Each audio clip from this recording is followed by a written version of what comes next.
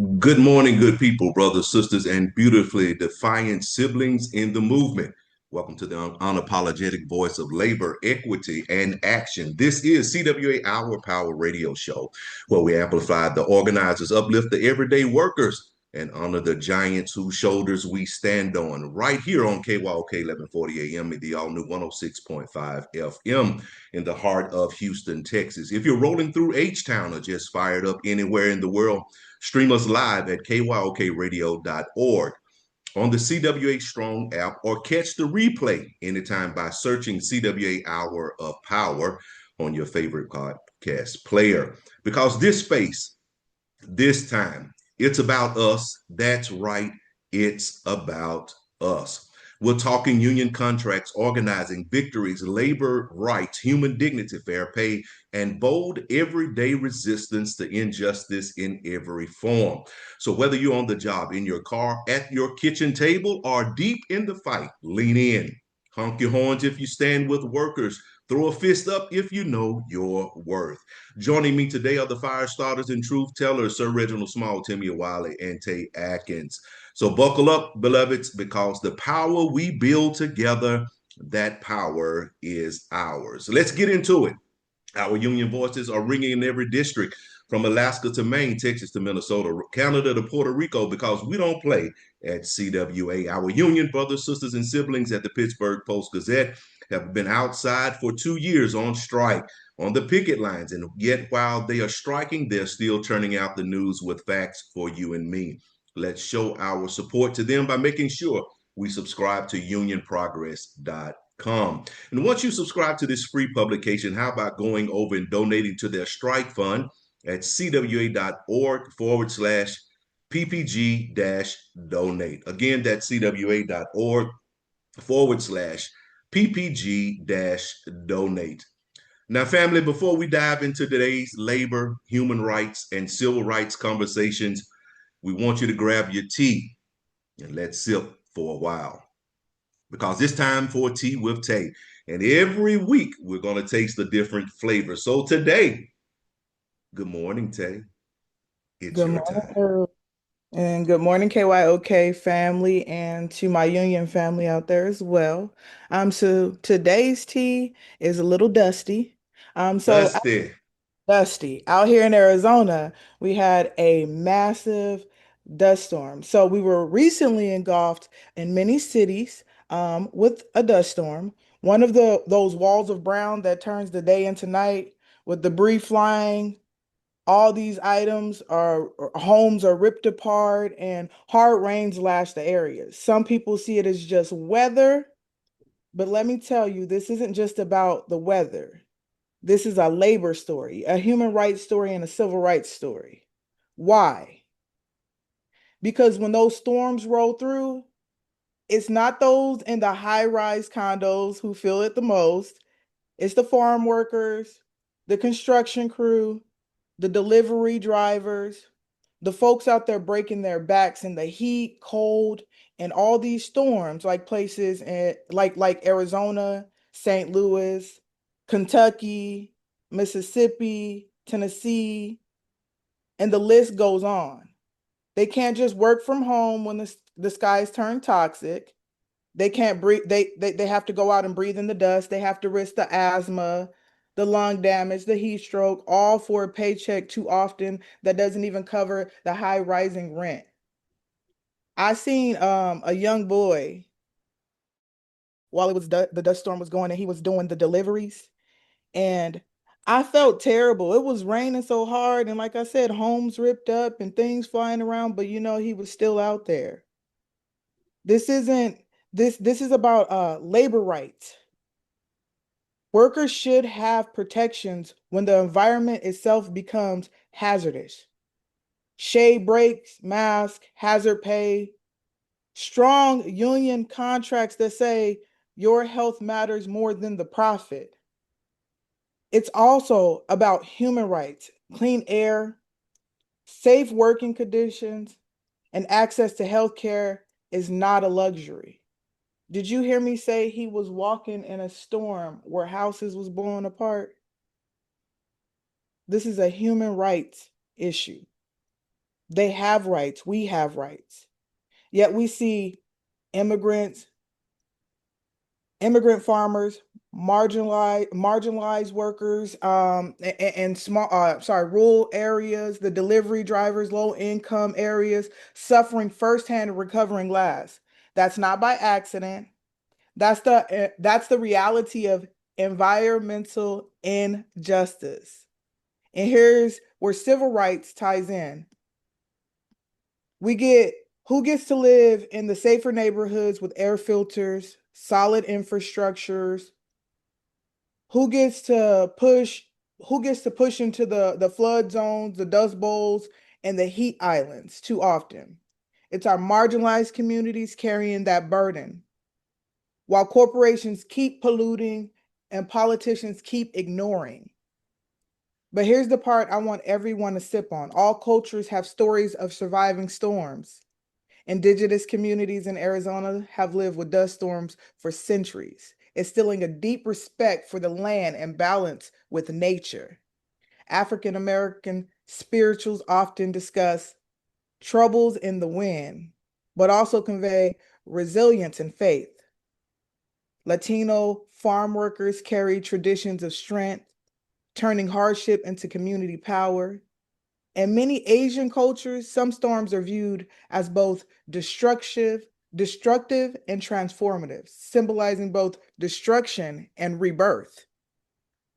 So whether you call it Habu in Arabic or Tempested in Spanish or just a storm back home, remember storms reveal the cracks in society, but they also remind us of our collective strength.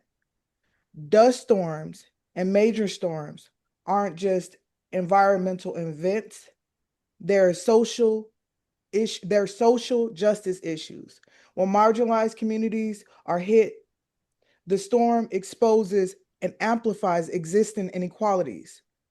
But organized labor can be a frontline defense, and not just for workers, but for entire neighborhoods left behind by slow moving institutions.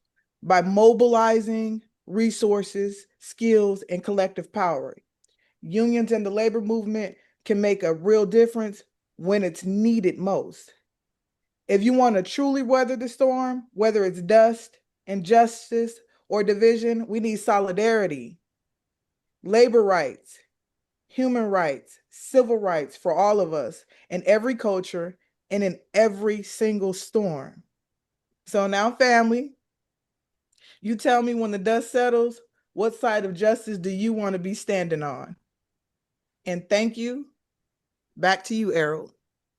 That was Tea with Tay. Thank you, Tay Akins. Now keep that flavor in your cup. You're listening to KYOK 1140 AM and the all new 106.5 FM. If you're on the go, you can take us with you by visiting kyokradio.org and pressing the listen live option. Tune in live every Thursday at 10 a.m. East Central Standard Time, 11 a.m. Eastern, 8 a.m. Pacific on kyokradio.org, the CWA Strong app, or your preferred podcast player, Apple Podcasts, Spotify, YouTube Music, iHeartRadio, Podchaser, Amazon Music as well. Search for CWA Hour of Power on your favorite podcast player. Up next, we're going to have Timmia Wiley sitting in for Mikeya Jones, talking about Labor Day awareness, honoring workers everywhere. Good morning, Timmia. Good morning, Errol. Good morning, KYOK listeners. So why do we celebrate Labor Day? Labor Day is about honoring the contributions of workers, whether you're behind a counter, in the classroom, in the hospital, driving a bus, building infrastructure, working in technology, farming the land, or retired after a lifetime of service. Your work matters. Without workers, we wouldn't have vibrant communities, thriving economies, or even the basic essentials that keep life moving. Everything we enjoy in modern life, from electricity to healthcare to public safety to food on the table, starts with the labor of working people. So when we celebrate Labor Day, we're celebrating you. So make sure you celebrate yourself. Now let's go back in history for a moment. Labor Day in the United States became a national holiday in 1894. signed into law by President Grover Cleveland after years of worker organizing and strikes. The first recorded Labor Day parade actually took place in New York City in 1882, when thousands of workers marched together to demand shorter hours, better pay, and dignity on the job. And this wasn't just about better paychecks. The movement fought and still fights for the rights and protections many of us take for granted today. The 8-hour work week, weekends, workplace safety laws, child labor laws, health benefits, and the rights to collectively bargain through unions. So let's think about that for a second. The reason many of us don't work 12 to 14-hour days, 7 days a week, is because working people organized and demanded better. The reason we have Social Security, retirement benefits, paid leave, and overtime pay is because workers and unions refuse to be silent. And while we've come a long way, the fight is far from over. Workers today are still organizing in warehouses, at universities, and hospitals, and across industries for fair wages, respect on the job, and protections in a changing economy. Labor Day is not just an American holiday either. Around the world, workers are honored in different ways. For example, International Workers' Day is May 1st. The message is the same. Without workers, nations cannot thrive. Labor is the backbone of every society. Labor, work, working class. It's the same narrative that we talk about all the time. Labor is the backbone of every society. So as we reflect on Labor Day, just a few days after the holiday, let's remember it's not just about backyard barbecues or an extra day off work. It's about honoring the sacrifices, the organizing, and the ongoing fight of workers, past and present, who make our world possible. To every worker listening today, whether you're just starting out, deep in your career, or retired, thank you. We thank you. Thank you for your labor, your persistence, and your contribution to keeping our country alive and moving. So I hope you took off or were able to take off on Labor Day. And if you didn't take off, I hope you're going to take off on another day to relax and reflect and thank you for your labor. Because without workers, there's no economy and no community and no future. Back to you, Errol. You're listening to KYOK 1140 AM and the all new 106.5 FM. If you're on the go, you can take us with you by visiting kyokradio.org and pressing the listen live option. Tune in live every Thursday at 10 a.m. Central, 11 a.m. Eastern, 8 a.m. Pacific on kyokradio.org, the CWA Strong app, or your preferred podcast player. Apple Podcasts, Spotify, YouTube Music, iHeartRadio, Podchaser, and Amazon Music. Search for CWA Hour of Power on your favorite podcast player. Up next, we have Reginald Small with Union 101 Part 6. Good morning, Reginald Small. Good morning to you, Errol Minor, and good morning to our KYOK radio listeners. I am Reginald Small with Our Power, and today we will continue our Union 101 series, and actually we're up to Part 6, and we're going to call this one Busting Union Busting, How to Spot and Stop Employer Tactics. Let's be real. The moment workers start organizing, companies pay notice. They notice it. And too often they pull out the old union busting playbook.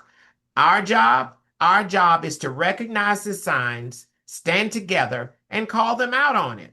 So here are some of the most common union busting tactics. Mandatory captive audience meetings. That's when the company forces you to sit in a room while they pump out anti-union speeches, videos, or scare tactics. They'll say stuff like, the union just wants your money, or we're a family and we don't need a union. But remember, you have a right to talk about your union outside of work hours and in non-work areas.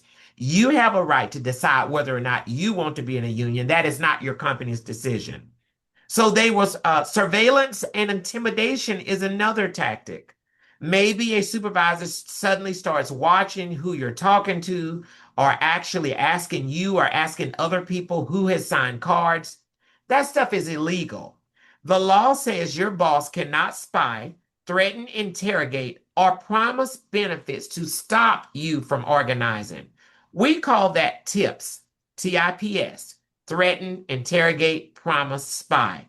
All of that is against the law. Another one, divide and conquer.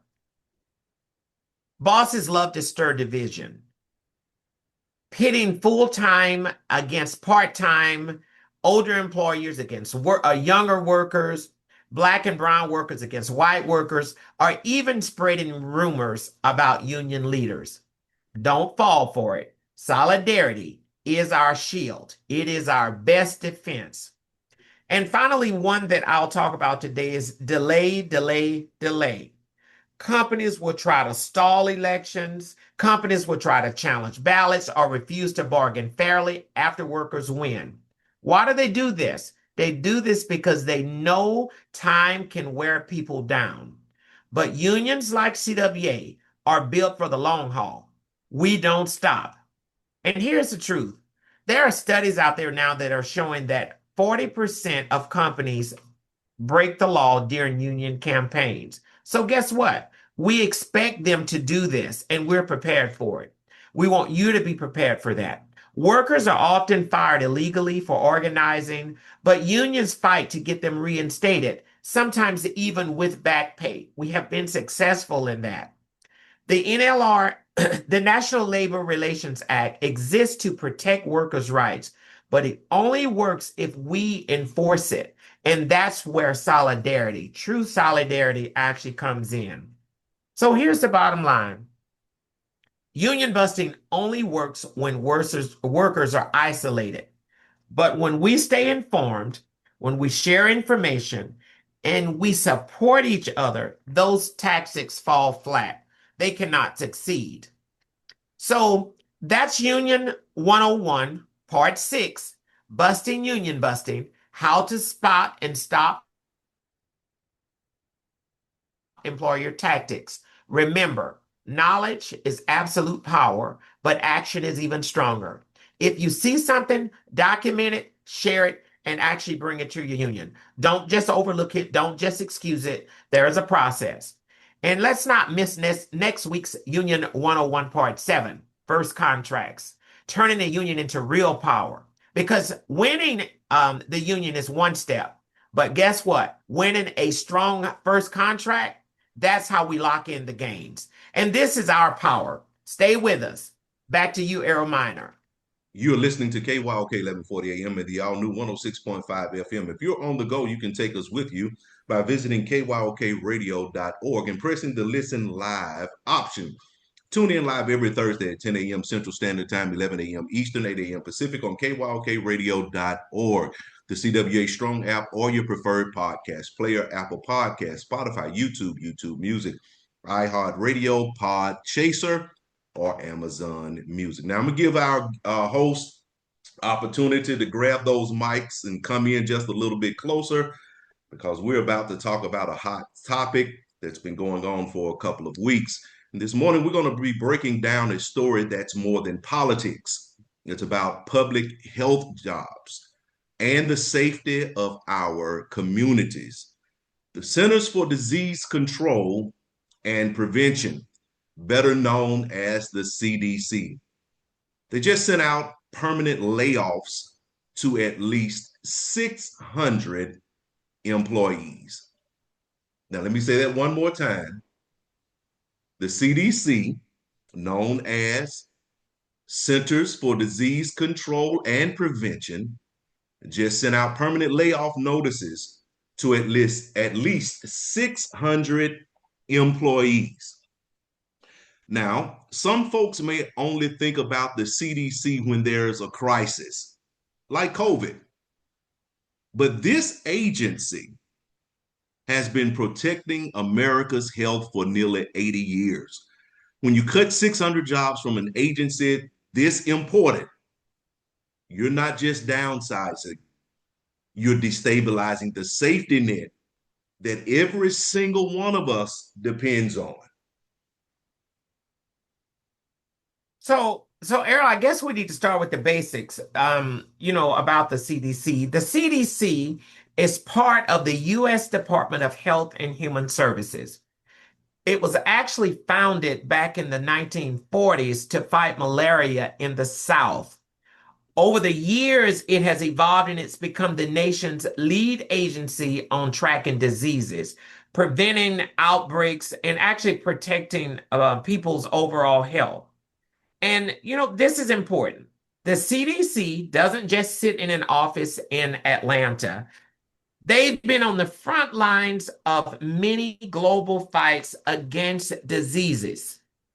They helped lead the campaign to eradicate smallpox worldwide, the only human disease we've ever completely wiped out, eradicated. They were actually very important, very key in bringing polio under control in the US through the vaccination programs. And when Ebola broke out in West Africa, the CDC sent teams to help stop its spread before it actually reached US communities. So when we talk about the CDC, we're talking about victories that actually, saved millions of lives. That's the level of work we risk. That's the level of work we risk losing with some of these cuts. And you all know that, there's a saying that I see a squirrel, meaning I am easily distracted. So before we go any further in this, have you all actually been listening to what is actually going on in Florida? That Florida, and I'm not picking on Florida, but in Florida, the news that's all over the headlines now is that Florida is actually attempting to eliminate all vaccine mandates. And it just came to my mind when we were talking about polio and the eradication of the smallpox, which could be the first for any state that will remove requirements for school-age children as it relates to vaccines. Vaccines against diseases like measles, mumps, and polio, stuff that we had kind of put behind us some time ago through the vaccination mandates. Are you all listening to this stuff? Yes, I saw it the other morning. I'm sorry, I saw it this morning on the news, and then I looked it up and I saw who it was and where it was coming from and different things like that. So that kind of got under my skin. Well, and we're talking about the CDC, but anyway, I saw a squirrel and I just went there because when we're talking about, we're not talking about just some simple things. We're talking about diseases that could actually impact a child's life and cripple them and so forth. So I guess we need to be on the lookout a little bit more about what is going on with the vaccination policies. And when it starts in one place, it just continues to spread and go, and the word I use is spread, but it continues to move across the country. And I'm not sure. I'm going to keep my ears and my eyes open because, I don't like to go with any kind of gossipy information. I like to be factual. So we'll talk about this a little bit more, Errol, next week. Well, now let me throw this in here, and then Timmy, I see she's trying to get in Yeah, there. yeah, go But ahead, go ahead. you remember a few months ago when an outbreak happened in Texas, I wanted to talk about it, but I got shot down.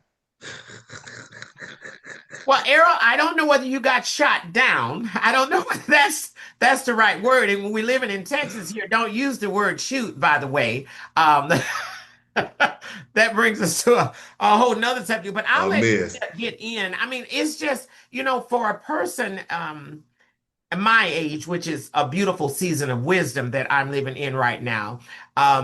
Toot your own And, horn. and in order to actually go to school, there was just some things that you did. You went through a process so that you could be not only you protected, but the other children and the teachers and the people with immunity problems would be protected. So I thought that's where we were trying to go, but it seems like we're actually moving back on that. But there has been so much debate on that, scientific, politically, and otherwise, that I have been watching for a day or so on it. So to me, I apologize that you going on with it because you were chomping at the bit to tell us a little bit more about the CDC.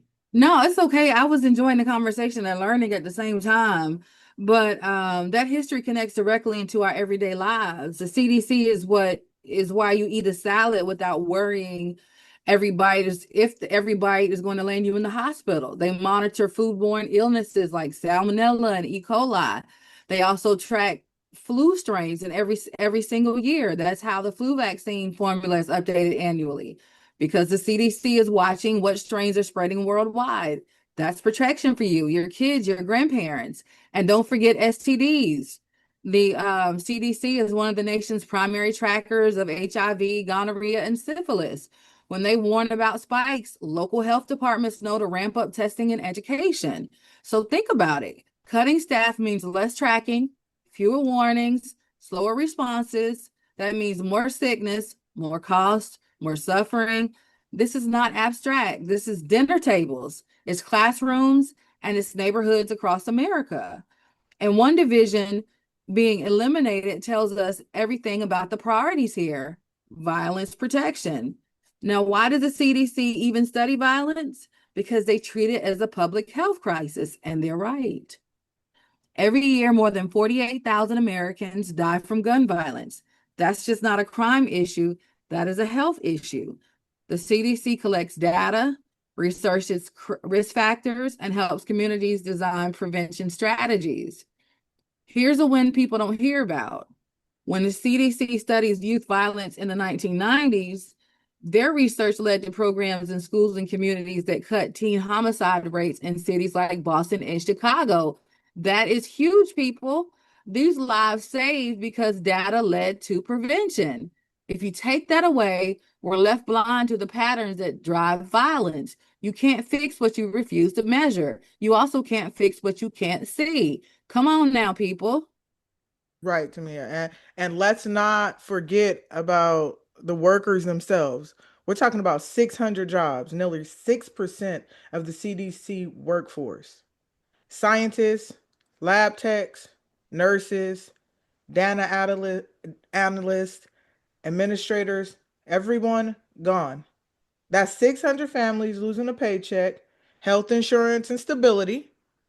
But this isn't just about job loss, it's about how workers' expertise protects the nation.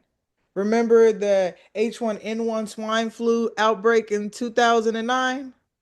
I know you all remember that. It was the CDC's labs that detected it early and coordinated the response. Without them, more lives would have been lost.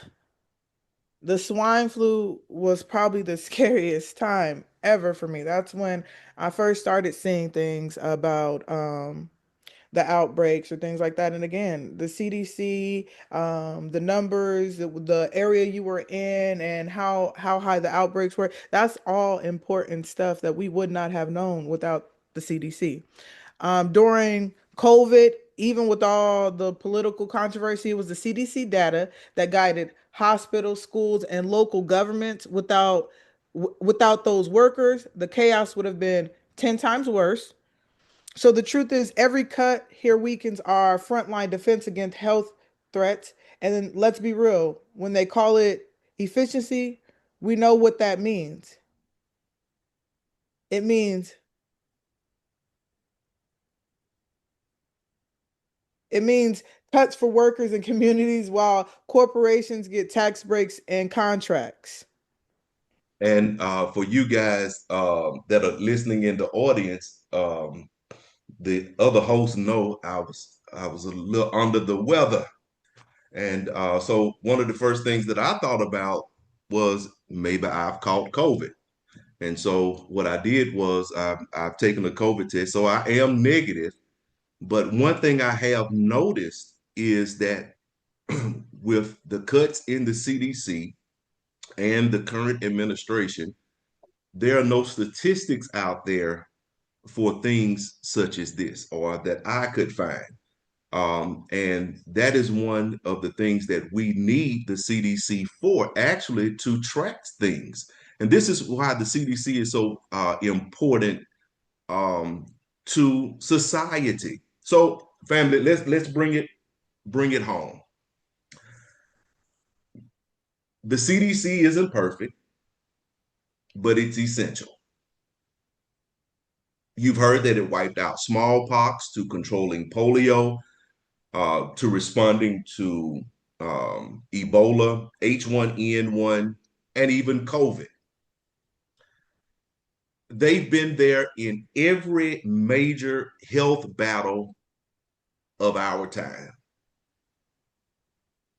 And today they track the flu. They track STDs, food safety, diabetes, gun violence, all things that affect regular working families. And when they lose workers, we lose protection. And when we lose protection, it's our kids, our elders, and our communities who pay the price. And that's why the American Federation of Government Employees, AFGE, the union representing the CDC workers, Center for the Disease Control, is calling these cuts reckless and unjust, and they are absolutely positively correct. Because this isn't just about 600 jobs, and I want you to listen to what I'm saying this morning. It's not about just about 600 jobs. It's about what kind of country we want to live in. Do we want a nation that invests in prevention, protection, and public health, or a nation that abandons working people in the name of efficiency? So here on CWA Our Power, we know the answer. We stand with the CDC workers. We stand with AFGE, because when workers lose, the people lose. But when workers win, everybody wins. That's the fight. That's the vision. And that's our power. You're listening to KYOK 1140 AM and y'all new 106.5 FM. If you're on the go, you can take us with you by visiting kyokradio.org and pressing the listen live option. Tune in every Thursday at 10 a.m. Central, 11 a.m. Eastern, 8 a.m. Pacific on kyokradio.org, the CWA Strong app, or your preferred podcast player. Apple Podcasts, Spotify, YouTube Music, YouTube, iHeartRadio, Podchaser, and Amazon Music. Search for CWA Hour of Power on your favorite podcast player. Up next, it is our Union Buster of the Week. And here comes Timmia Wiley. Good morning, everybody. Again, it's me, it's your girl. And this week's Union Buster of the Week goes to Woodford Reserve. You know the bourbon, right? Smooth, golden, perfect for a toast. But behind the distillery doors, workers find themselves in a bitter fight for their rights. Back in late 2022, employees at the Versailles, Kentucky distillery launched a union drive. Management responded with what looked like generosity. A $4 per hour raise, sounds pretty good, a new vacation policy, and get this, a free bottle of double oak bourbon for every worker. A gift? Not quite. The timing? Just a week before the union vote. Made it clear this was a calculated attempt to influence the election. This isn't unusual across the U.S. Union busting tactics are common, and that, my friends, was a union busting tactic. $4 raise, a new vacation, a bottle of whiskey, all before it's time to vote. Think about that. Companies use raises, promotions, of threats, even surveillance to discourage organizing. Think Amazon in Staten Island, Starbucks across the country, or Wells Fargo banking branches. And while Woodford Reserve may look like a craft brand steeped in tradition, this was a textbook attempt to undermine worker power. Now, y'all just think about that. They're willing to give you a $4 an hour raise to keep a union out because they know that $4 an hour raise, you're worth more than that. A union would get you more than that, just saying. Pause and reflect.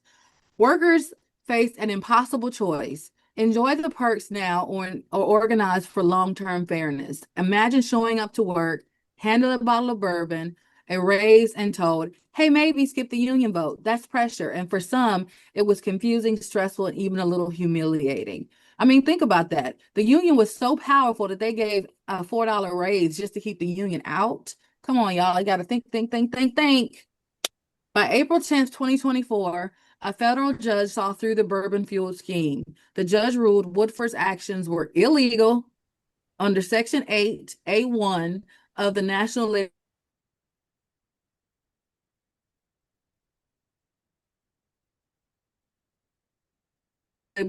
Here's the legal reality. The NLRA protects workers' rights to organize and collectively bargain. Employers can't bribe, which they did with a bottle of bourbon, threaten or intimidate workers. And when companies do and drag their heels in court, they're not just breaking the law, they're eroding trust, morale, and fairness in the workplace.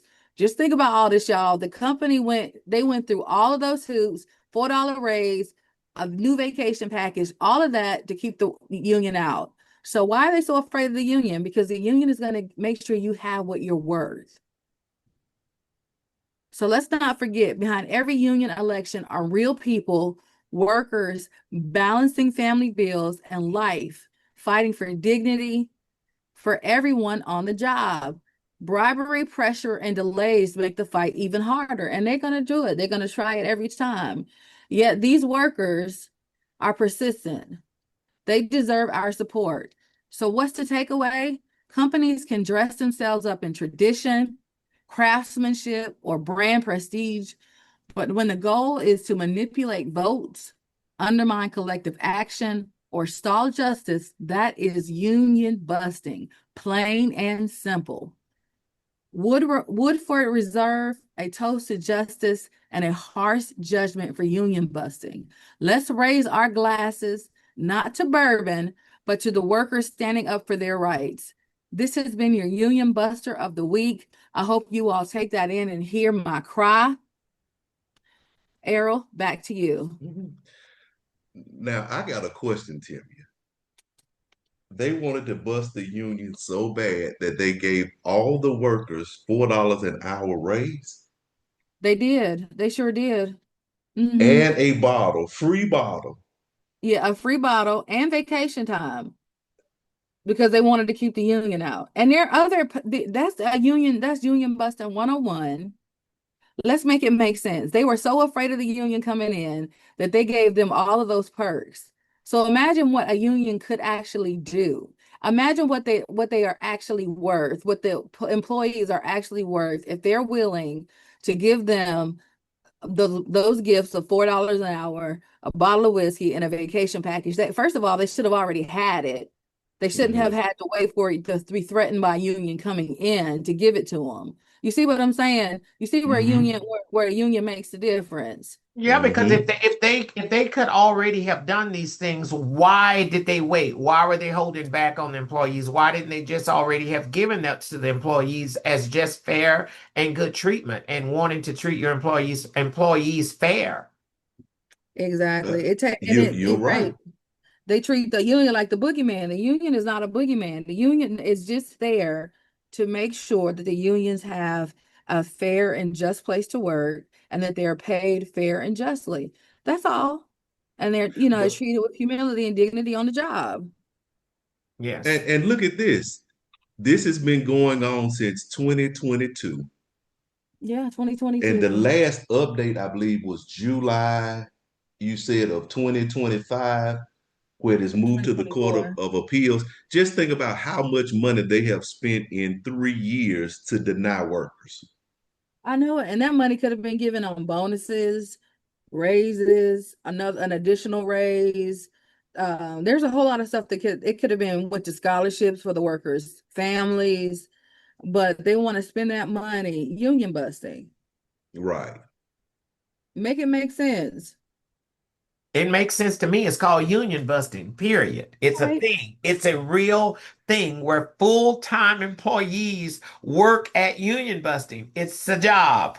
It You're is. right. It is. You're And right. I think Reginald likes his series on Union 101 and talking about union busting and how to recognize it and how to start a union. So Reginald, we thank you for the Union 101 and helping our listeners all over across the nation to learn about how to build a union and what to spot out. That's a great series that you've put together. Yeah, Errol, thank you. Thank you, Errol, because I mean, we're in an era where, well, some years ago, unions, to hear about a union was common. And in certain regions in the United States, it's still very common. But there are other regions where it's a foreign word. What is a union? What does unions do? How can I get in one? Why should I be in one? I mean, those are very common questions, and we should always be prepared to, to answer that. We don't want the union busters to get ahead and fill the next generation's head with anti-union tactics. I know it. Let me Hmm. just hit y'all with, let me just tell y'all this. The top this is just an average. The top CEOs make 802 times more than workers in today's times. 802 times more workers in today's times.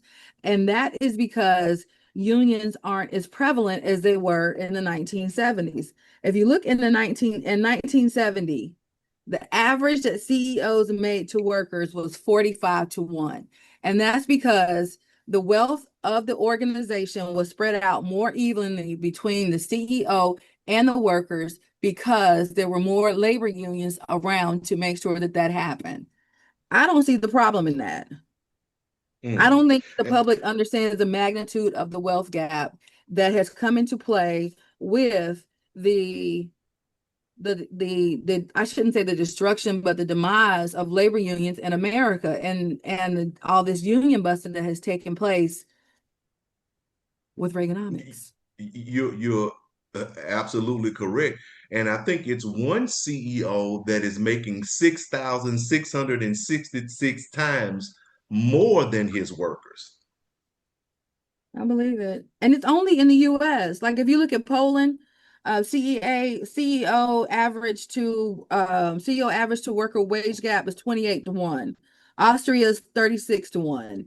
Denmark 48-1. Switzerland 148-1. US 802-1. That Ooh, wage gap is insane.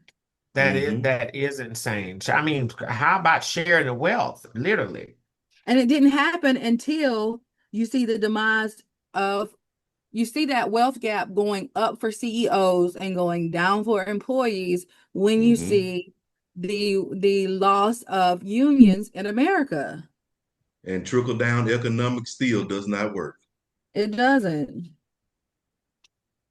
All right, we're wrapping this up. You're listening to KYOK 1140 AM and the all new 106.5 FM. If you're on the go, you can take us with you at kyokradio.org and pressing the listen live option. Tune in live every Thursday at 10 a.m. Central Standard Time, 11 a.m. Eastern, 8 a.m. Pacific on kyokradio.org, the CWA Strong app, or your preferred podcast player. Apple Podcasts, Spotify, YouTube Music, iHeart Radio Pod Chaser, and Amazon Music. Search for CWA Hour of Power on your favorite podcast player. Up next, we're going to be talking about the National Guard. Since they have been in the news, we're going to talk about the National Guard, a historical and human rights perspective. And so today we're going to dive a little bit deeper into the history and the human rights perspective of the National Guard. So when you see that uniform, you're seeing more than orders. I want you to lean in a little closer because we don't ever know when we're really going to see the National Guard in our neighborhoods. You're seeing neighbors, Mm-hmm. co-workers, and union members. And in these complicated times, because we are in some complicated times, it's important to remember the truth. So, the National Guard is often called the citizen soldier. Unlike active duty military, Guard members live right in our communities. They've been mobilized for floods, for hurricanes, for wildfires, and even the COVID pandemic. That's the positive image most of us actually carry today of the National Guard. But history shows the Guard hasn't only been called in to stack sandbags. Between 1877 and 1930, the National Guard was deployed more than 700 times against strikes. 700 times, not to protect working families, but to protect corporate profits. I'm gonna read that again because I stumbled a little bit. Not to protect working families, but to protect corporate profits. So if you think about that, the guard made up of everyday citizens has been ordered to turn against other everyday citizens who were demanding fair wages, safe workplaces, and dignity. It's a reminder that they follow orders, and those orders come from governors and presidents, not the rank and file guardsmen and women themselves. And right there, right here, this is our challenge. How do we honor those in the uniform while still telling the truth about history? So let's walk through it, some key flashpoints. The Ludlow Massacre of 1914, Colorado coal miners went on strike, living with their families. They were in tent camps after being evicted, and the guard was called in. Guess what happens? Shots were fired, tents were burned, and women and children were killed. That's orders being followed, but at the cost of human rights. So then you have in 1919, the steel strike in Pittsburgh. Again, the guard was used to break up worker power. Troops marched through neighborhoods, protecting plants and actually arresting the strikers. Fast forward to 1957, Little Rock, Arkansas. The governor called out the guard to block 9 Black students from entering Central High. He claimed it was about peace, but we know it was about segregation. It took President Eisenhower federalizing the guard to actually enforce justice. That pattern continued. In 1962 at Ole Miss, James Meredith tried to enroll as the first Black student. Riots broke out. The guard and federal troops were mobilized, but only after violence already took lives. And that is so sad. And let me go ahead and tell you guys about this one, because it seems like we're always in the news in Alabama. In 1963, in Alabama, who was it that stood in the schoolhouse door saying those famous words to block Black students? He used the National Guard to enforce his segregationist stand, but once again, the guard was federalized in order to protect, not deny human rights. And that was old Governor George Wallace during that particular time, because he stood in the door at Alabama. Segregation today, segregation tomorrow, segregation forever. It was about segregation. And we can never, and I don't want to get on my soapbox, but Get on it. Get on your soapbox. Reverend we can Deacon never Doctor, go ahead. We can never forget about 1968 Memphis sanitation workers on strike carrying those powerful signs, "I am a man." And guess who was called in? The guard, ordered to patrol the streets. Instead of standing with workers demanding dignity, the guard was standing as a barrier. That was the same strike Dr. King came to support before his assassination. Then came Kent State in 1970. 1970 is a good year, by the way. Students protesting the Vietnam War faced the guard. In just 13 seconds, 67 shots were fired. 4 students killed, 9 wounded. One witness said they shot into the crowd, not up in the air. They shot at us. Timmia, before you jump in, let me 67, and I just heard what Reginald said. In 13 seconds, 67 shots were fired and 4 students killed at Kent State in 1970. I hope we're taking this in, our listening audience, is taking this in and noticing how the National Guard is being weaponized at particular times in history. Okay, Timmia, I'm sorry. No, you're okay. But at almost the same time as that was going on, Jackson State University in Mississippi, 1970, Black students were protesting racism and the war. Police and guard units opened fire into a dormitory. Two young men were killed, dozens were injured. Again, orders followed, human rights violated. Jump ahead to 2020. After the murder of George Floyd, protests erupted nationwide. More than 40,000 Guard members were deployed in 34 states.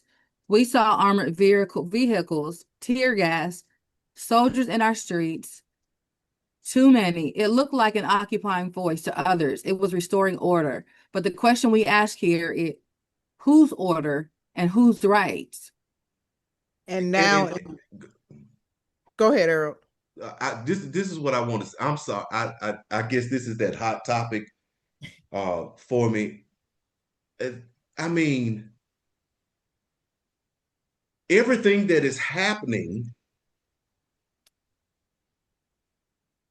when you talk about to others, it was restoring order.